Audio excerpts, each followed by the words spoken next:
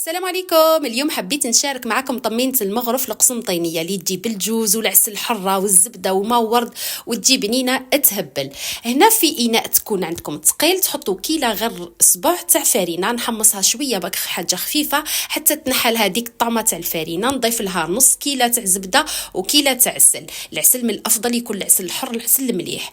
راح نكون هنا طفيت على النار كي نحط الزبدة والعسل، نخلط ساعة ونعاود نشعل عليهم النار، نخليهم حتى يتقالوا شوية، نبقى نواصل التحريك. كي يتقالوا لي نضيف لهم كيلة ونص عجوز يكون مكسر برك مش مرحي، ونزيد نواصل التحريك. انا هنا اختصرت لكم الفيديو، ديروها كيما ديروا طمينة اللوز. نبقى نحرك حتى نتحصل على قوام ثقيل، نزيد لها ربع كيلة تاع ما ورد مقطر، ونزيد ندير واحد الثلث حتى 4 دقائق حتى نتحصل على هذا القوام.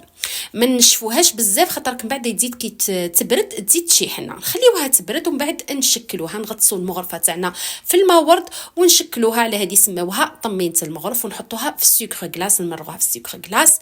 وراح نكمل الكميه تاعي كامل، ومن بعد نزينوها بنصيف حبه تاع جوز. وهاي اللي هنا الطمينه كانت واجده.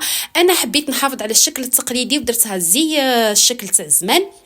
دركا كاين اللي يديروها بالمول تاع السيليكون، كاين اللي يديروها مربعات، كل وحده ديرها الشكل اللي حبته. كانت هذه وصفتي اليوم، نتمنى عجبتكم. ما بقى لي غير نقول لكم نخليكم في وصفه جديده، في امان الله.